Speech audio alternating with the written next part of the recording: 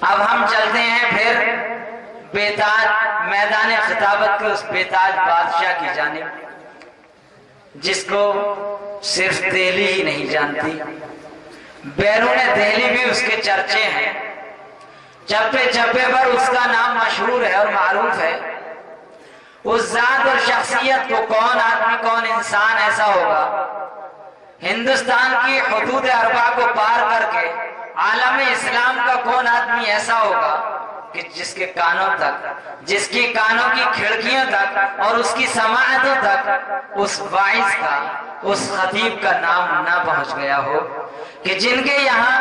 فقر و غنا بھی ہے، عاجزی و انکساری بھی، طاعت و محبت بھی ہے، عقیدت اور عقیدتوں کی چولانی بھی، اور سامعین حضرات آگے بڑھ کر کہیے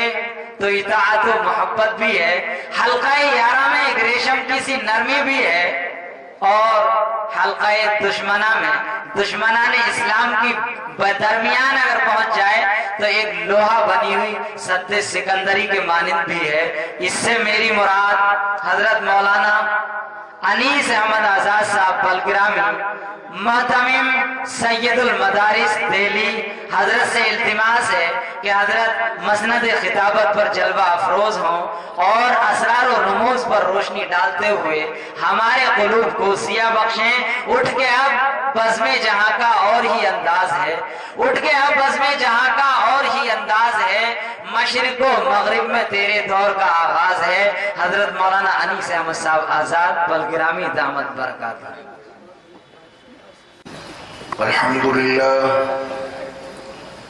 الحمد لله نحمده ونستعينه ونستغفره ونؤمن به ونتوكل عليه ونعوذ بالله من شرور أنفسنا ومن سيئات أعمالنا، من يهده الله فلا مضل له ومن يضلله فلا هادي له، ونشهد أن لا إله إلا الله وحده لا شريك له، ونشهد أن سيدنا ومولانا محمدا عبده ورسوله، وصلى الله تعالى عليه وعلى آله وأصحابه وأزواجه وذرياته وبارك وسلم تسليما كثيرا كثيرا. أما بعد،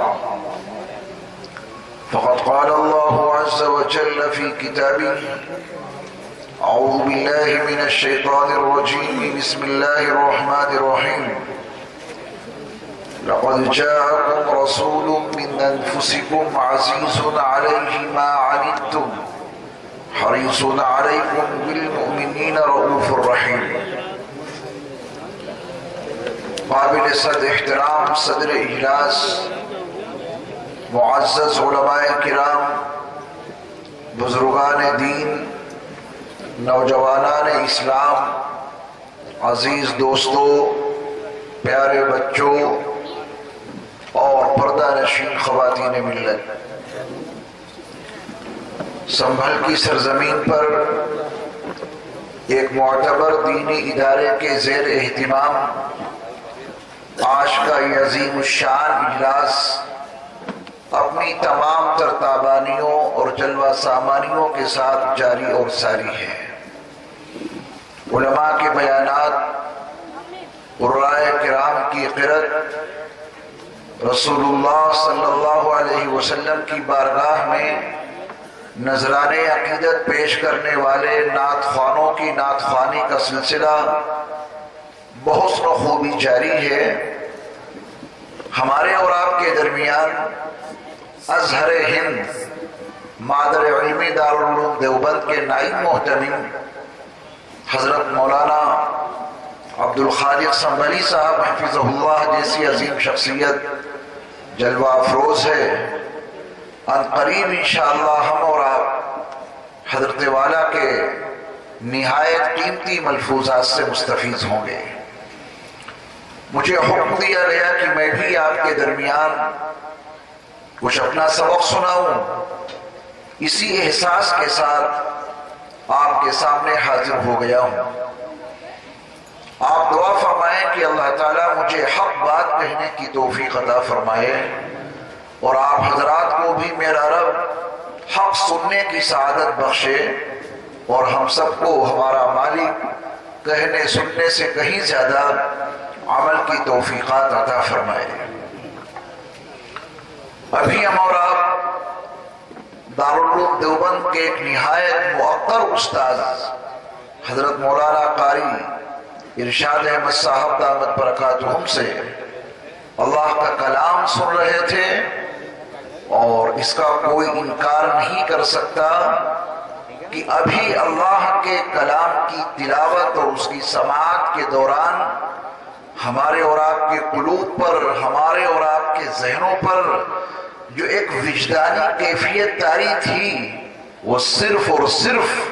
کلام الہی کے سننے اور سنانے سے ہی وابستہ ہے۔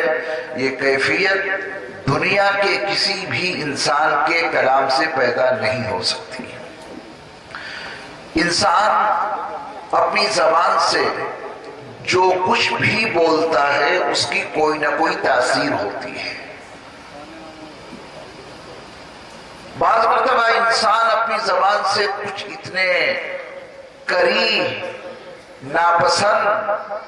دل کو تکلیف پہنچانے والے الفاظ نکال دیتا ہے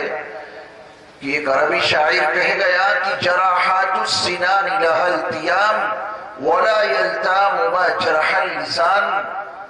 نیزوں کے بھالوں کے جو زخم ہیں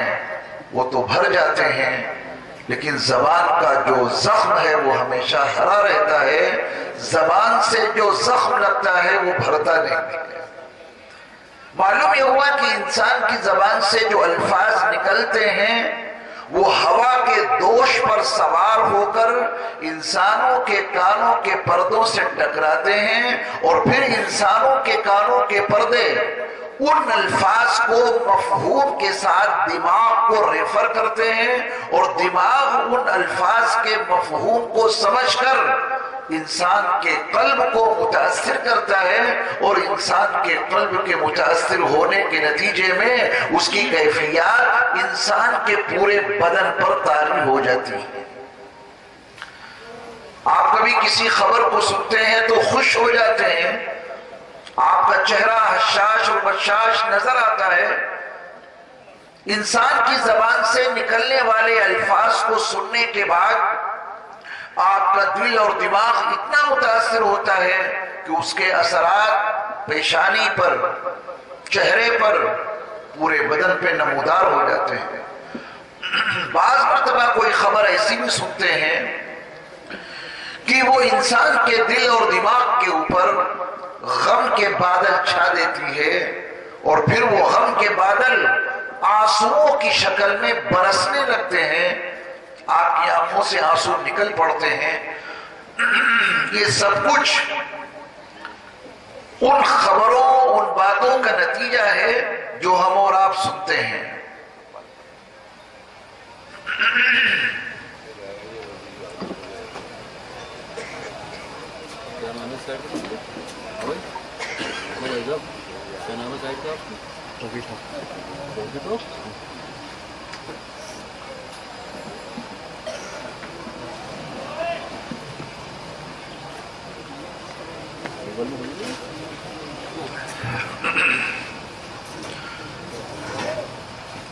انسان کیسا کلام اپنی زبان سے نکالے، کیسی گفتگو کرے، یہ انسان بن کر زندگی گزارنے کا ایک بنیادی حصہ اور بنیادی نصاب ہے۔ عربی شاعر نے تو صرف تصویر کے ایک رخ کو پیش کیا، لیکن ایک اردو کے شاعر نے تصویر کے دونوں رخ پیش کیے ہیں، اور اس نے کہا ہے کہ لفظ مرہم بھی ہیں زخم دل کے لیے، لفظ مرہم بھی ہیں زخم دل کے لیے، لفظ چبھتے بھی ہیں نشتروں کی طرح۔ اس میں تصویر کے دونوں رخ آپ کے سامنے موجود ہیں۔ قرآن حکیم ان حروف تہجی سے مرکب ہے جس کو انسان آسانی کے ساتھ میں بولتا ہے اور پڑھتا ہے اور جانتا ہے۔ الف سے لے کر یا تک جتنے نورانی قاعدے میں حروف تہجی لکھے ہوئے ہیں انہیں حروف سے یہ پورا قرآن مرکب ہے، لیکن اللہ تعالیٰ نے اپنے کلام کو کس انداز سے مرکب کیا ہے اور کس انداز سے بنایا ہے، اس کی وہ تاثیر ہے کہ اس کے نتیجے میں جب کبھی کوئی انسان اللہ کے کلام کو سنے گا تو پھر اس کا دل بھی متاثر ہوگا اور اس کا دماغ بھی متاثر ہوگا، اور اس تاثیر کو وہ اپنے پورے بدن کے اوپر محسوس بھی کرے گا۔ اسی وجہ سے ہمارے اکابر کے ایسے واقعات ہیں کہ اللہ کے کلام کو پڑھنے اور اس کے سننے کے نتیجے میں انسان کے بدن کو جو فوائد حاصل ہوتے ہیں اس کے اوپر مستقل تحقیقات کی گئی اور اس کے اوپر مستقل ریسرچ کی گئی۔ پورا دن انسان کا ہنگاموں کے ساتھ میں گزرتا ہے، دن میں انسان کی مدافعانہ قوت کافی مضبوط رہتی ہے، شام ہوئی، سورج ڈوبنے کی تیاری کر رہا ہے اور اسلام نے اپنے ماننے والوں کو نماز مغرب کا پابند بنایا۔ آپ کے علم میں ہے کہ مغرب کی نماز ایک جہری نماز ہے جس میں امام صاحب کے ذمہ شریعت نے یہ لازم کیا ہے کہ اللہ کے کلام کو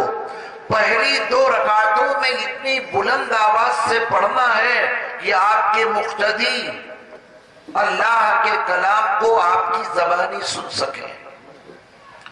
عشاء کی نماز بھی جہری نماز ہے، شریعت نے اس میں بھی امام کو پابند بنایا ہے کہ پہلے 2 رکعتوں کو قیام کی حالت میں جہری تلاوت سے مزین کرو۔ فجر کی 2 رکعتیں ہیں، ان دونوں رکعتوں میں اللہ کے کلام کو بلند آواز سے پڑھنے کی ذمہ داری شریعت نے امام کے سر رکھی ہے۔ مقتدیوں کو شریعت نے پابند بنایا کہ نماز کا اہتمام جماعت کے ساتھ تکبیر اولیٰ کے ساتھ ادا کرنے کی عادت ڈالو۔ نماز بھی پڑھو، با جماعت پڑھو اور تکبیر اولیٰ کے اہتمام کے ساتھ پڑھو۔ اس کے فوائد، اس کے ثمرات اللہ کے علم میں ہیں، لیکن انسان کی عقل اور انسان کی تحقیقات اور انسان کی ریسرچ جہاں تک پہنچ سکی ہے اس کا خلاصہ آپ کے سامنے عرض کرتا ہوں کہ شام ہوتے ہی طرح طرح کے کیٹانو، طرح طرح کے جراثیم یہ انسان کے اوپر حملہ آور ہوتے ہیں۔ رات میں ان جراثیم کا انسان کی زندگی کو نقصان پہنچائیں یہ خطرہ زیادہ بڑھ جاتا ہے۔ کروڑوں درود و سلام ہو اللہ کے آخری نبی حضرت محمد صلی اللہ علیہ وسلم پر کہ انہوں نے اپنی امت کو ایک عبادت کا نظام دیا اور اس عبادت کے نظام کے پیچھے ہماری اور آپ کی صحت اور ہمارے اور آپ کے وجود کی بقا کا فلسفہ پوشیدہ ہے۔ چنانچہ جو لوگ پابندی کے ساتھ مغرب، عشاء اور فجر کی نمازیں امام کی اقتداء میں تکبیر اولیٰ کے اہتمام کے ساتھ ادا کرتے ہیں، مغرب اور عشاء اور فجر کی نمازوں میں جو مقتدی اپنے امام سے اللہ کا کلام جہرن سنتے ہیں کبھی بھی ان کو بلڈ کینسر نہیں ہو سکتا۔ یہ کلام الہی کی تاثیر ہے جو آپ کے بدن کو متاثر کرے گی اور آپ کی روح کو متاثر کرے گی، اور یہ کلام الہی کی وہ تاثیر ہے جو آپ کے خون کو ان تمام طرح کے جراثیم اور کیٹانوں سے محفوظ رکھے گی۔